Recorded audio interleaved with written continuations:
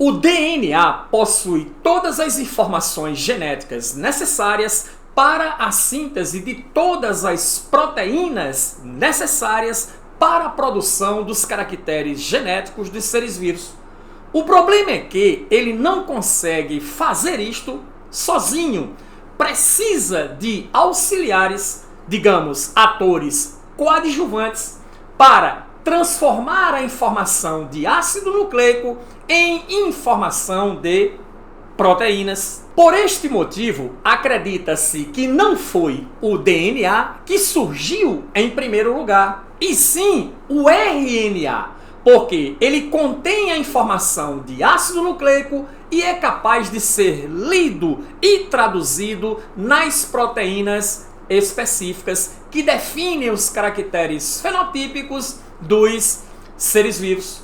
Eu sou o professor Billy Paul e este é o seu canal de Ciências Biológicas e Autodesenvolvimento. E a nossa biorevisão de hoje será sobre biologia molecular. Vamos lá?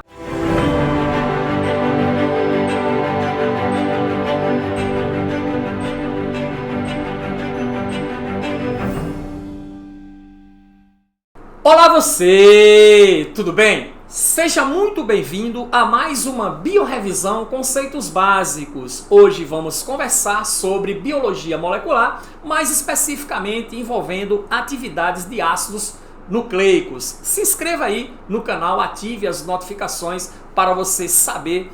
Todas as semanas sempre estamos colocando novos vídeos. E aí, sem mais delongas, vamos ao primeiro item sobre ácidos nucleicos que a gente vai analisar. Cai muitas questões em provas de Enem envolvendo isso. O que, professor? Um certo alelo, ou um certo gene, tem 3,3 mil pares de bases. Supondo que o fragmento de DNA descrito corresponde a exons, espera-se que a enzima codificada contenha 1.100 aminoácidos. Ora, 3,3 mil pares de bases. Porque a cadeia de DNA é dupla, tá certo ou não? Mas eu uso um filamento, que é o filamento de DNA ativo, que tem a informação para a síntese da proteína específica de interesse a nível de ácido nucleico, tá certo? Só que uma informação interessante que ele diz aí, o tal DNA, toda a sequência é exon. Então, todo esse código aí, ele é traduzido em proteínas. O DNA não tem só sequências exons, ele tem também sequências introns. Você sabe que sequências de DNA introns, elas nunca são traduzidas em proteínas. Apenas as sequências exons são ativas. Apenas as sequências exons são genes. Elas são transcritas para RNA mensageiro, que é enviado para o citoplasma a nível de ribossomo para a tradução. E se eu tenho um gene com 3,3 mil bases, tá certo ou não? Porque é um filamento só, tá certo? Que eu vou utilizar para a síntese. Eu tenho, consequentemente, 1.100 códons. Ou, no caso do DNA, 1.100 cistrons. Entendido ou não? Porque cada trinca de ácido nucleico é uma informação que codifica um aminoácido. Essa trinca no DNA hoje chama-se cistron, no RNA mensageiro chama-se códon e no RNA transportador chama-se anticódon. E a sequência de anticódon do RNA transportador, ela é complementar do códon do RNA mensageiro na tradução proteica. E o que é a tradução proteica, professor Billy Paul? É a conversão da informação de ácido nucleico numa informação de proteína. Beleza? Então, se eu tenho 1.100 códons lá, que vai estar naquele RNA, ele codifica 1.100 aminoácidos. A informação está absolutamente correta. Beleza? Próximo item, um RNA transportador transporta sempre um determinado aminoácido. Esse aminoácido, porém, pode ser transportado por vários RNA transportador, absolutamente correto. Por exemplo, o códon de RNA mensageiro, uma trinca de uracila, significa o aminoácido fenilalanina. Tá certo? Entendido ou não? Mas a fenilalanina também pode ser codificada por um códon chamado UUC, uracila citosina. Tá certo? Também corresponde ao aminoácido fenilalanina. Aí, no RNA transportador existe o anticódon. Para a trinca de uracila, o anticódon correspondente no RNA transportador será uma trinca de adenina. E o RNA transportador este carrega consigo fenilalanina. Uma trinca de RNA mensageiro, 2 uracilas e uma citosina, uracila, uracila, citosina, também significa o aminoácido fenilalanina, que no RNA transportador será a sequência adenina, adenina, guanina. Então, o aminoácido fenilalanina, ele pode ser codificado por mais de um códon. Agora, o anticódon específico do RNA transportador codifica um aminoácido só. Tá certo? Então, o RNA transportador que tem o anticódon, que é uma trinca de adenina, ele vai carregar consigo sempre o aminoácido fenilalanina. Embora este aminoácido pode ser codificado por um outro códon, uracila, uracila, citosina. Belezinha? Então a afirmação está absolutamente o quê? Correta. Considerando uma proteína formada por 150 aminoácidos, o RNA mensageiro envolvido na sua síntese deverá conter pelo menos 300 nucleotídeos. Ora, se é 150 aminoácidos e cada aminoácido ele é codificado por uma sequência de 3 bases, uma trinca, um códon é uma trinca, eu não vou precisar de um filamento de RNA mensageiro com 300 nucleotídeos, e sim com 450 nucleotídeos. Não é isso aí? 450 nucleotídeos equivale a 150 códons, que equivale a 150 aminoácidos, ok? O splicing ou splicing, você decide, é a retirada dos introns de um RNA precursor, produzindo um RNA mensageiro maduro funcional. Essa excisão, ou seja, retirada dos introns do RNA mensageiro, requer uma extrema precisão das enzimas envolvidas no processo, absolutamente correto. Como falamos anteriormente, o DNA tem sequências exons e introns. Às vezes se faz a transcrição de um RNA contendo sequências exons e introns. Esse RNA é um RNA precursor, não é ele que é enviado para o citoplasma, é preciso se retirar as sequências introns, juntar as sequências exons para fazer o RNA mensageiro maduro funcional, que será utilizado na síntese proteica a nível de ribossomo no citoplasma. Esse processo aí, metabólico enzimático complexo, desenvolvido a nível de núcleo celular para a retirada das sequências introns do RNA precursor, formando o RNA maduro funcional, chama-se splicing ou splicing. Tá certo ou não? Eu não sei bem qual a pronúncia, você decide. Muito bem, próximo item, professor.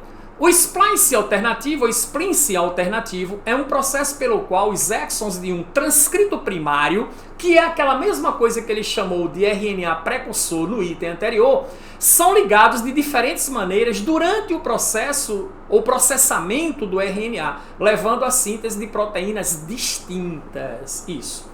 Nós temos cerca de 30 mil genes que produzem cerca de 400 mil proteínas. Se cada gene codifica uma proteína, como é que eu tenho 30 mil e produzo muito mais proteínas do que as 30 mil sequências? Por causa do tal splicing alternativo. Está absolutamente correto. Professor, não entendi essa história do splicing ou splice alternativo. Seguinte, vamos supor que você tenha num filamento de DNA um gene A, um gene B e um gene C. Ok? Entendido até aí? Só que no filamento do DNA, entre o gene A e o gene B, existe uma sequência intron. Ela nunca é traduzida em proteínas. E entre o gene B e o gene C, existe uma outra sequência intron. Sequências introns não são traduzidas em proteínas. Sequências exons, que são as sequências ABC, essas sim são traduzidas em proteínas. Então, o que é o splicing? O splicing retira-se as sequências introns, que estão localizadas entre A e B e C, e junta ABC. Mas eu posso fazer combinações diferentes. Eu posso juntar A com B, é um gene. Posso juntar A com C, é outra sequência. Posso juntar B com C, é outra sequência. Então, de uma única sequência exon aí, eu tenho 3 genes que eu posso combinar de diferentes maneiras quando se faz o splice. Eu posso fazer uma sequência ABC, posso fazer uma sequência A com B, posso fazer uma sequência B com C, ou posso fazer uma sequência A com C. Entende? Então você tem, a partir de uma sequência ABC, você pode fazer vários genes envolvendo combinações de sequências exons diferentes. Isso chama-se splice alternativo. Por isso que com 30 mil genes conseguimos produzir mais de 400 mil proteínas que constituem, tá certo, todas as características que nós vamos apresentar. Beleza? Não é legal isso? Show de bola! O RNA mensageiro apresenta uma sequência de bases que é complementar a uma das fitas da dupla hélice do DNA, exceto por apresentar uma uracila complementar a cada timina da fita que lhe serviu de molde. Falso. Por quê? Uracila não é complementar de timina. Uracila é complementar da base adenina. Sequência de bases do DNA: adenina, timina, guanina e citosina. No RNA, adenina, uracila, guanina e citosina. A uracila substitui a adenina, ok? No RNA. E não a base, especificamente a base timina. Então, uracila se combina com adenina, tá? Uracila não é complementar de timina. Uracila é complementar da base adenina, ok? Belezinha? Muito bem. As polimerases do RNA são enzimas que catalisam a síntese de RNA, tendo como molde uma fita de DNA. Esse processo é denominado de tradução, tá? As polimerases do RNA, enzimas que catalisam a síntese de RNA, tendo como molde uma fita de DNA. Esse processo é denominado de tradução. Falso.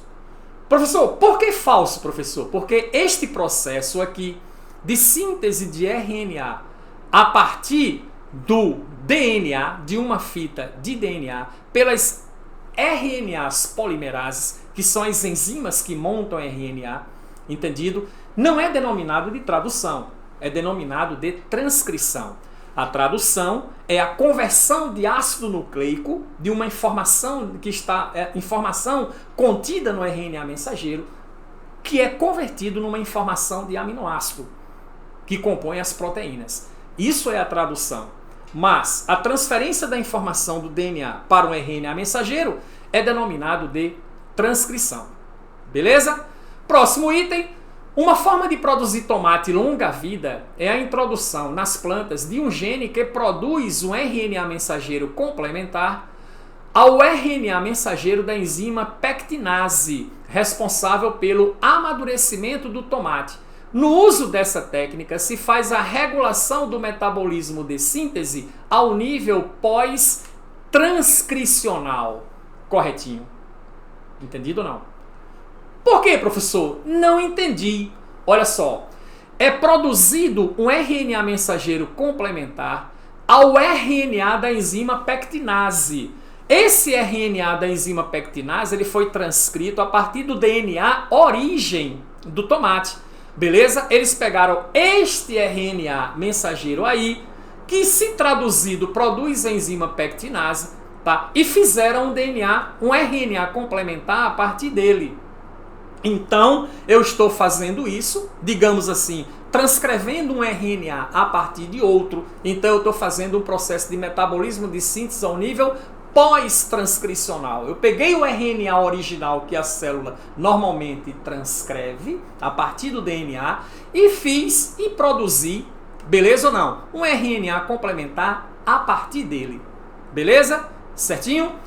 A transcrição da seguinte sequência de DNA, adenina, guanina, guanina, bom, ele dá aqui a sequência pra gente, irá produzir o seguinte RNA mensageiro, tá aqui a sequência. Aí é simples demais uma questão dessa. É só você pegar, ó, se no DNA é adenina, guanina, guanina, no RNA será uracila, citosina, citosina.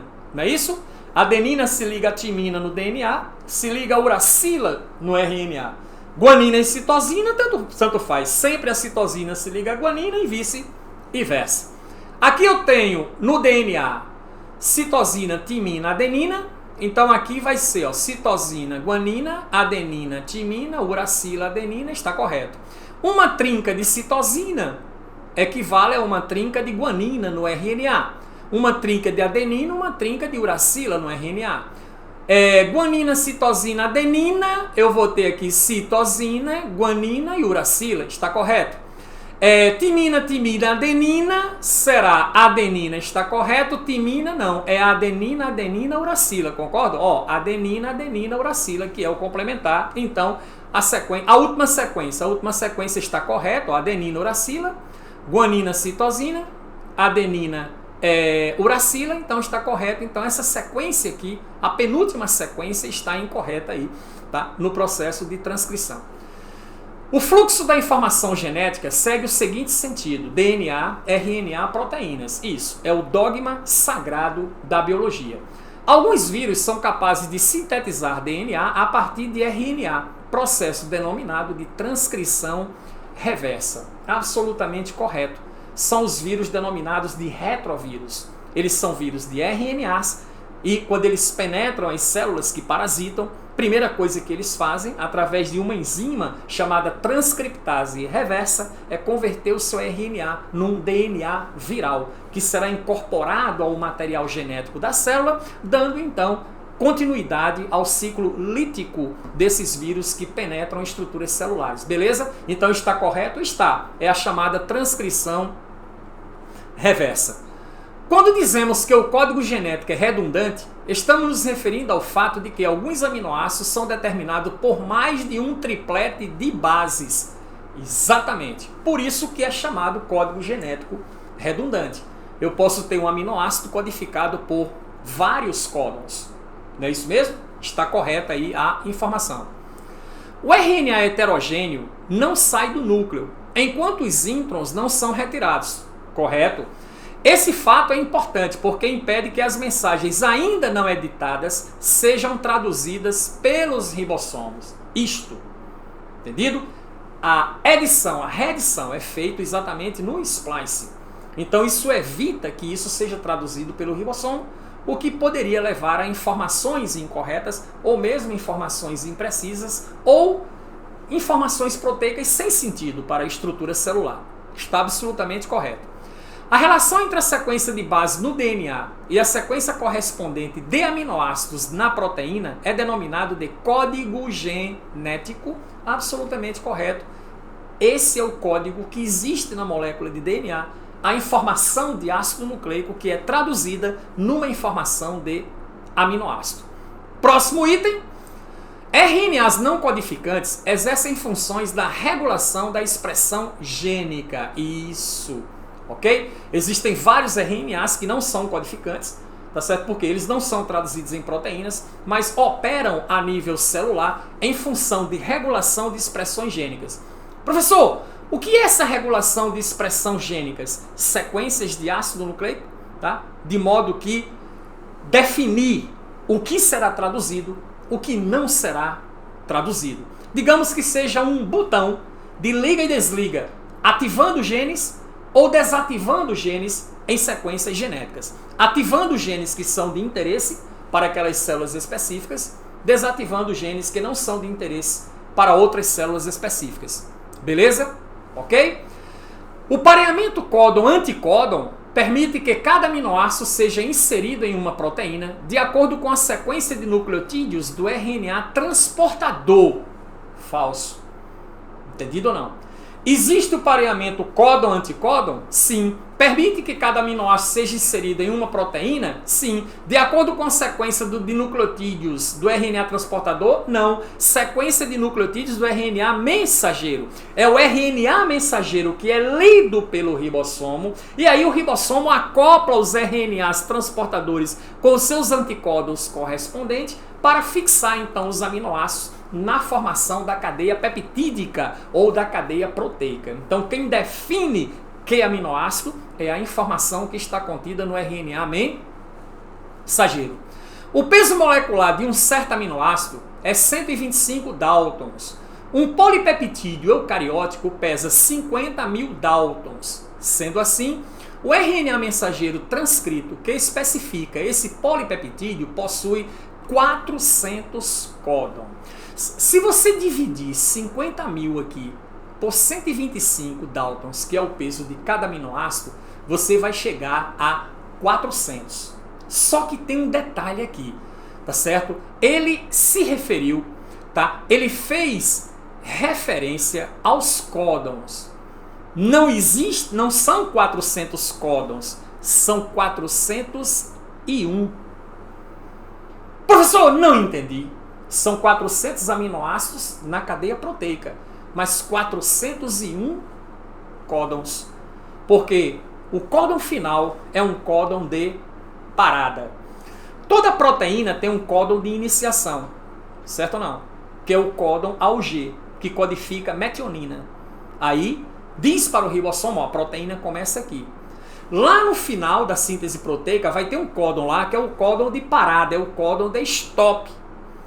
A nível de códons, se eu tenho uma cadeia de aminoácido de 400, serão 401 códons, por causa do códon de stop. Só que o códon de iniciação tem valor de aminoácido, é a metionina, mas o códon de finalização não tem. Ele apenas diz para o ribossomo, ó, a síntese proteica acabou, libere a proteína, está finalizado. Entendido? Vamos entender melhor? Vamos. Tá aqui, ó. Dentre os 64 códons que codificam aminoácidos na síntese proteica, um é de iniciação, é o códon AUG, que significa o aminoácido metionina, e 3 de stop, o A, o AG e o GA. Absolutamente correto. Entendido? Só que AUG significa metionina, códon de iniciação, mas os outros 3 não têm valor de aminoácido, eles estão lá. Indicam apenas para o ribossomo que a proteína ela terminou. Então, uma proteína de 400 aminoácidos existe no RNA mensageiro 401 códons. Uma proteína de 1000 aminoácidos existe no RNA mensageiro 1001 códons. Beleza? É entendido isso? Muito bem. A respeito da regulação da expressão gênica em eucariotos, é correto afirmar que o processamento de um mesmo RNA mensageiro, pré-RNA mensageiro, pode levar à produção de proteínas diferentes? Verdadeiro. O que é isso aí? Splice ou splice alternativo, né? Que nós já falamos, comentamos sobre ele em item anterior. Próximo, cada um dos 20 aminoácidos é ligado por meio de uma enzima aminoacil RNA transportador sintetase, específica ao RNA mensageiro. Está falso.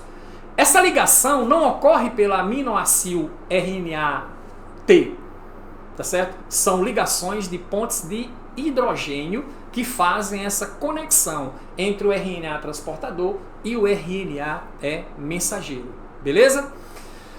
Os ADNs polimerases são enzimas que catalisam a transcrição do ADN. Não. As ADNs polimerases participam da replicação da cadeia de DNA, duplicação da cadeia de DNA e não transcrição. Transcrição são as RNAs polimerases. Beleza? Último item. Fenômenos epigenéticos levam à modificação do DNA e das histonas, influenciam o remodelamento da cromatina e, consequentemente, a disponibilização ou não de genes para a transcrição. Absolutamente correto. Os fenômenos epigenéticos são modificações específicas que podem ocorrer tanto em bases nitrogenadas, mas não representam mutações, porque mutações gênicas são erro de pareamento de base, ou mesmo proteínas histonas, que são encontradas nas moléculas de DNA dos eucariotos. Não aparece nas moléculas de DNA de procariotos. Por isso que os procariotos não condensam seu material genético quando a célula vai fissionar. Entendido ou não? Mas os eucariotos não. Eles condensam seus materiais genéticos para a forma de bastão, para a forma de cromossomo, para que se faça o processo de divisão celular. Essas modificações que ocorrem, que não caracterizam mutações, são previstas pela epigenética. O mais importante dessas alterações são as metilações, reações químicas de metilações, acréscimo de radicais metil, tá, em certas bases nitrogenadas do DNA, é um exemplo clássico de fenômeno epigenético. Tá certo ou não? Teremos posteriormente uma aula só sobre epigenética, para a gente entender isso em detalhes. Beleza, galera? Chegamos a mais um final de uma biorevisão conceitos básicos. se inscreva no canal, ative as notificações, pegue material desta aula na descrição do vídeo. Espero você na próxima Biorevisão Conceitos Básicos. Até lá!